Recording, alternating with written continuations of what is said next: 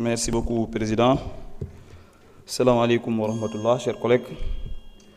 Monsieur le Président, Madame la Ministre, Madame le Secrétaire d'État, Madame la Ministre, après avoir salué ce projet de loi et après vous avoir encouragé en commission, je tenais à vous souhaiter à la Fédération une réussite du pari de l'organisation pour cette prochaine Coupe du Monde.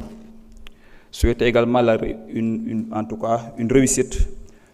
Souhaiter à l'équipe nationale mu andil ñu trophée bi comme ni mu ko defee ci CAN bi incha allah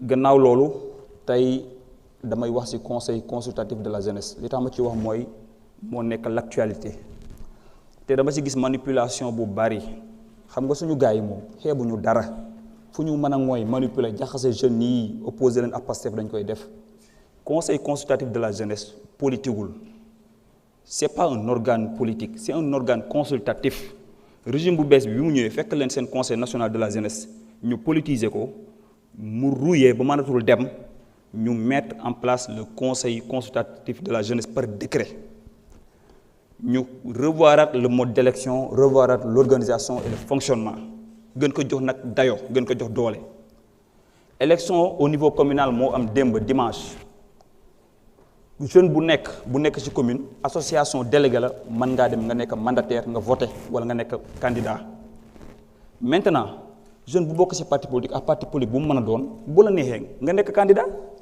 l'essentiel mooy le conseil n'est pas politique c'est pas un organe politique mais jeune bu nekk mën ngaa doon candidat bu fekkee da nga doon jeune patriote nga engagé am détermination bi surtout patriotisme nekk ci yow ñu xamee la engagement communautaire demal nekk candidat comme say morom ni nga ko nekkee maintenant bu ñu la jiitalee na jeunes yëpp jeunes Sénégal def leen bloc derrière jeunes yi ñu jiital ngeen ànd ngeen liggéey bañ a déglu waxu caaxaan yi nga xamante ne moom la benn président wax bañ a déglu waxu caaxaan yi yem te yenn opposants moom la ñuy wax ce conseil enfin la jeunesse a droit à la parole. Nous représentons 75% de la population. Nous avons voilà un organe qui vous permet de donner faire parvenir vos préoccupations, de dire votre mot sur les politiques publiques liées à la jeunesse. Les politiques liées à la jeunesse, nous avons nous devons prendre en compte. Préoccupations liées à la jeunesse, nous remonter, faire que nous régler.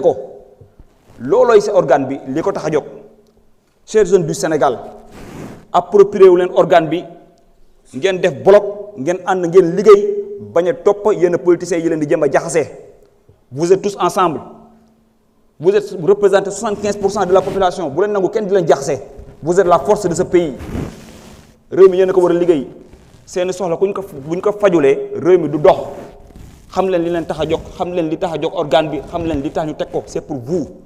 Travailler ensemble main dans la main bu leen kenn jaxase jeune bu mu neex parti boo mën a bokk bu la neexee doon candidat waaye gannaaw boo gañee nag xamal li la tax a jóg au niveau communal ku ñu gañew def leen bloc ngeen ànd liggéey message boobu laa leen di lancer. beneen bi madame la ministre damay def plaidoyer pour ñu revoir le décret parce que gis naa ne y a une parfaite organisation au niveau national avec le collège le bureau et les commissions. Mais organisation bobu ken répercuté ko au niveau communal et départemental en tout cas selon le décret et l'arrêté bi mako liré est-ce que duñu revoir l'organisation au niveau communal mu meuna am bureau et des commissions su ko défé li organe def au niveau national ñi nek ci commune man ko def man am même taxaway bobu parce que comme ñom ñoy l'interlocuteur des maires et des préfets auprès des jeunes il faut que ñu am une organisation parfaite pour que ñu meuna dox lolu mais boo bàyyee rek les délégués paritaires là ñu góor ak jigéen te amuñu un bureau et une commission derrière liggéey bi mën na sooxandi loolay plaidoyer bi ma ciy def beneen bi fi may mujjee mooy comme on parle de jeunesse jeune bari ñi dañ ma yóbbante ñu ne ma fu ma dajee yow rek ma wax la yóbbante boobu waxoon naa la commission bàyyi ma waxal la ko seen stade bi juróom-benn at a ngi nii mënuñu see football te loolu nag day plomber l'essor des clubs qui sont là-bas parce que amuñu cadre bu ñu évoluer amuñu stade bu ñu jouer ñu bëggoon nag état nag comme maire bi sax stade municipal la d'ailleurs mais comme maire bi dafa télé stade ñëw appuyer leen jàppale leen mën leen defal des infrastructures sportives dignes de ce nom jeunes yi mën a am fu ñu épanouir leen jaa ngeen jëf merci. Merci honorable. Mamadou Sey mën nga ñëw jël kàddu. Abdourahmane Diouf mën nga waajal.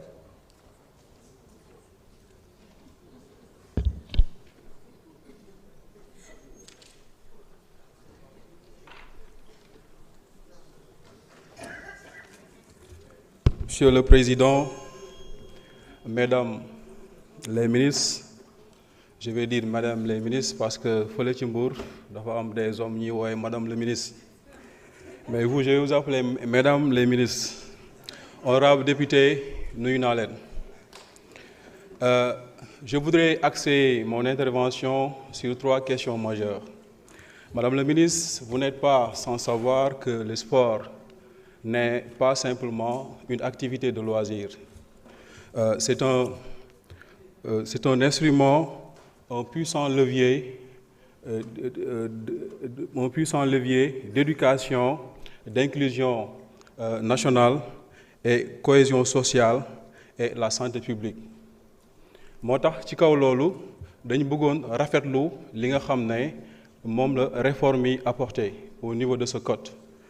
ñu ci jukki lu mel ni une gouvernance transparente des fédérations sportives, une meilleure protection des athlètes, un financement plus équitable du sport local, la professionnalisation des disciplines sportives, l'accès des jeunes aux infrastructures sportives dans toutes les collectivités territoriales.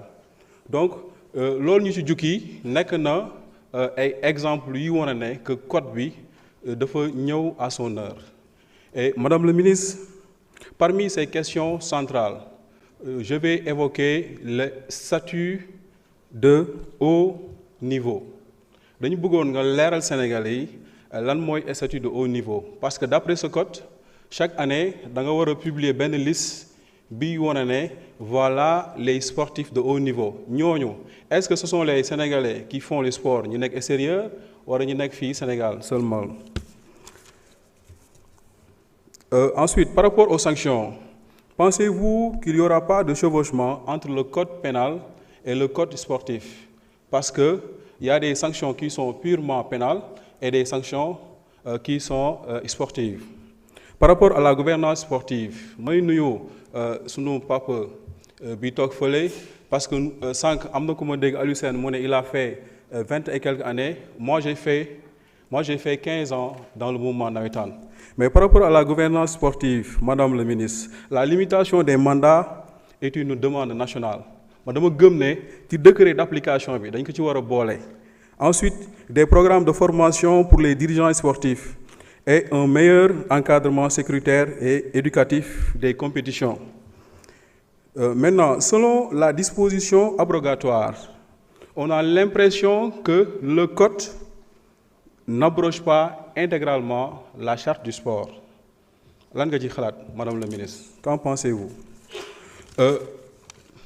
Ensuite, bi ñuy gagné Coupe d'Afrique bi, lors d'une déclaration du président de la République, une enveloppe de 305 millions était prévue pour les agents du ministère des Sports. Madame la ministre, xaalis boobu fu mu toll?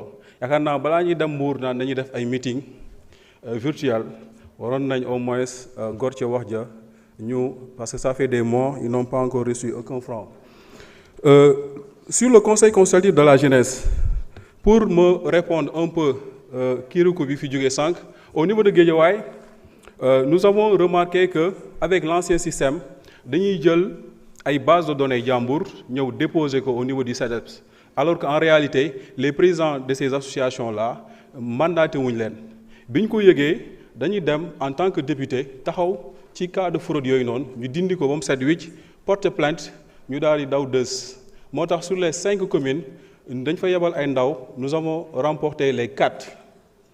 Donc pour vous dire que ñi doon taxaw sànq di wax naan ay ñun comprendre ñu, on a compris. C'est parce que tout simplement l'affaire n'est pas du tout politique, comme l'a si bien dit mon frère Salif Dione.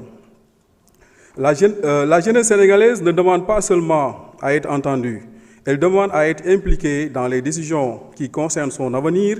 Le Conseil ne doit pas être une structure symbolique ou politique, mais un véritable espace de dialogue entre l'État et les jeunes. Vous devez garantir une représentation équilibrée des régions, l'inclusion des jeunes femmes Et je ne saurais terminer cette intervention sans dénoncer avec fermeté les cas présumés de fraude à l'état civil signalés à la mairie de Wakhinane Nimzatt. Madame la ministre, on ne peut pas dire sport sans ñu wax état civil. Mon maa ngi dëkk commune bi ñuy wax Wakhinane Nimzatt, dirigé par un maire apériste qui a délégué sa signature. Nous avons dit que ce sont des présumés de cas de fraude. L'officier état civil, nous avons travaillé ensemble pendant 4 ans dans un conseil municipal. Xamaluma ko lu ñaaw, mais ñuy wax ne que la justice soit éclaircie par rapport à cela. Je vous remercie. Merci. Abdourahmane Diouf. Diogomaye Diaw se prépare.